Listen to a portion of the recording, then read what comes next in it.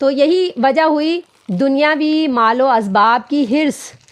کہ انہوں نے مال غنیمت کو ترجیح دی، اور انہوں نے کہا کہ ہم مال غنیمت لوٹتے ہیں، چلو بس یہی طریقہ کار ہوتا ہے کہ جب جنگ ختم ہو جاتی ہے تو مال غنیمت میں جس کا جو حصہ آیا وہ لوٹ لیتا ہے۔ تو کہا کہ دنیاوی مال و دولت کی حرص کے اندر تم نے محمد صلی اللہ علیہ وسلم کی جو نافرمانی کی، کیونکہ آپ صلی اللہ علیہ وسلم نے کہا تھا کہ فتح ہو یا شکست تو تم نے یہ درہ نہیں چھوڑنا، لیکن انہوں نے یہ درہ چھوڑ دیا۔ تو اللہ تعالیٰ آگے فرماتے ہیں یا ایھا الذین آمنوا لا تأکلوا الربا اضعافا مضاعفة واتقوا اللہ لعلکم تفلحون۔ اے ایمان والو، لا تأکلوا الربا، تم سود نہ کھاؤ، اضعافا مضاعفہ، بڑھا چڑھا کر، دگنا کر کے،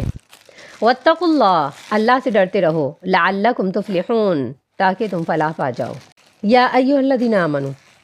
فرمایا کہ اے ایمان والو لا تأکلوا الربا، تم سود، کہ اے ایمان والو تم سود کو